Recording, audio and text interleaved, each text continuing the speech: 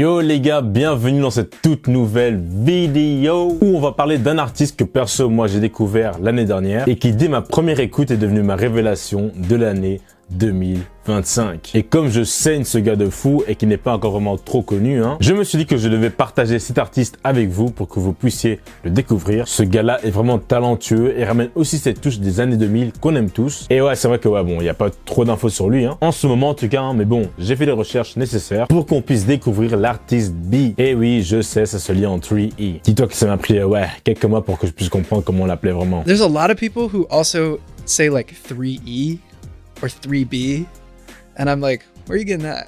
Yeah. Aujourd'hui, on va parler de cet artiste qui, à mon avis, va marquer son empreinte dans les années à venir. Let's go! Let's go, bitch.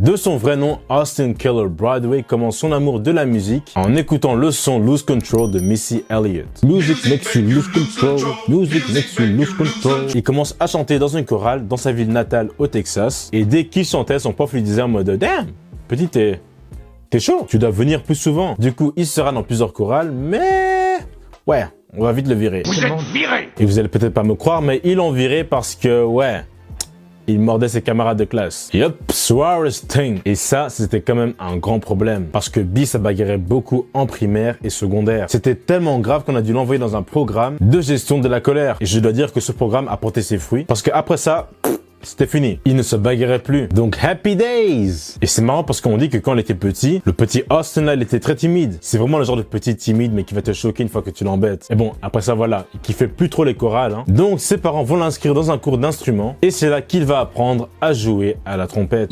No, so I was in choir from a really young age, and I did that until I was like, I don't really not feeling choir anymore.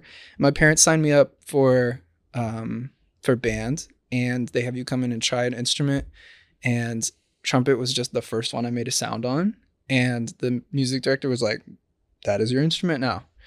And I stuck with it for about 15 to 16 years. I played it all through middle school, all through high school. When So I was good then.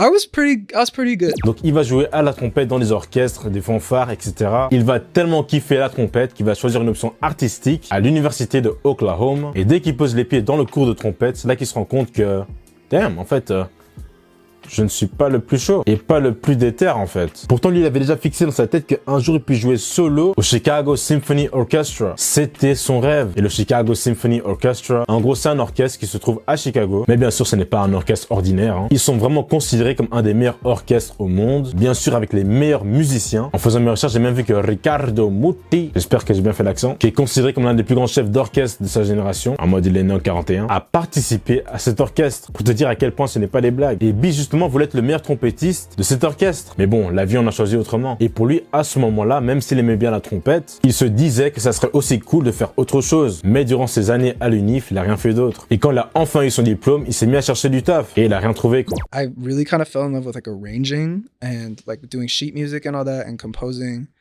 And I never did it in school formally until I graduated, and then I was like, oh wow, there's really not any fucking jobs for me to play trumpet anywhere.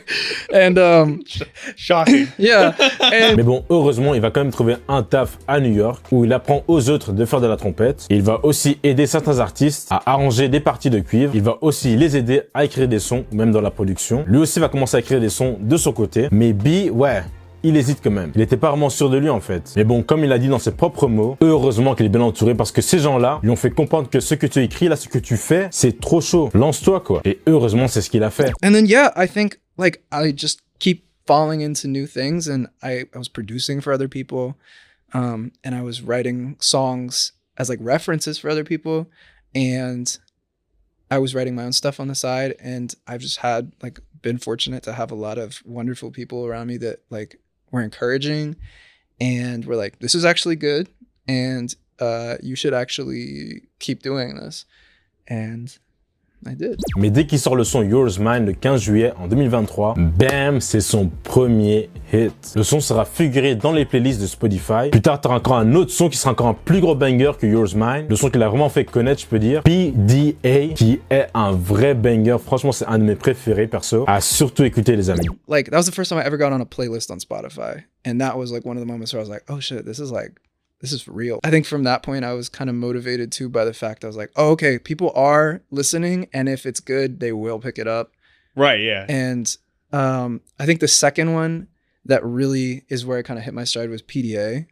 Yes, that was how I discovered you. Yeah. was And PDA. I think that, like, I don't think Over could have happened without PDA happening. Because that's also, I think, when the content thing clicked for me, when I was like, oh, this is a thing that can work for me. Et je vous le jure que moi, la première fois que je l'ai écouté, je me suis dit, mais attends, mais ce gars, il se prend pour JT. Le gars, il se prend pour Justin Timberlake ou quoi? Parce que c'est limite la même voix, le même style. Et moi, perso, je kiffe, tu vois. Moi, je suis trop un gars qui kiffe trop la nostalgie. Et bien sûr, ce n'est pas un secret que Timberlake, ouais, est une de ses plus grandes inspirations, quoi. Mais je dois quand même dire que ce gars a quand même son propre style. Pour l'instant, il a 2 albums dans son répertoire. Listen, qui est sorti en 2024, qui a des bangers comme Energy, Virgin Mary, et un de mes préférés, Where Your Heart Goes. Son 2e album est sorti 8 mois après, le 15 novembre en 2024, Love Songs. Alors là, je dis déjà, album de feu. Allez juste écouter Trendsetter et revenez vers moi. Et je peux dire que comparé à l'album Listen, dans cet album Love Songs, on ressent beaucoup plus la vibe des années 2000. Ce qui est aussi intéressant avec B, c'est que le gars fait ses propres graphismes pour ses albums, qui sont très inspirés de la DA de la marque Steve Madden des années 2000. Pas mal en vrai, pour être honnête. Moi, j'ai galéré dans le temps à faire mes thumbnails. Photoshop, c'est pas facile.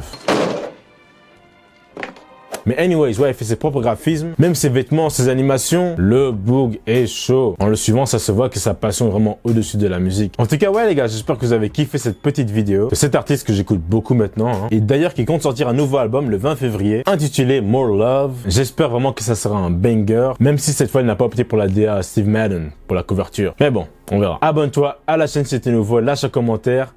Et comme d'habitude les amis, on se revoit très vite à la prochaine vidéo. Peace out, y'all. Peace.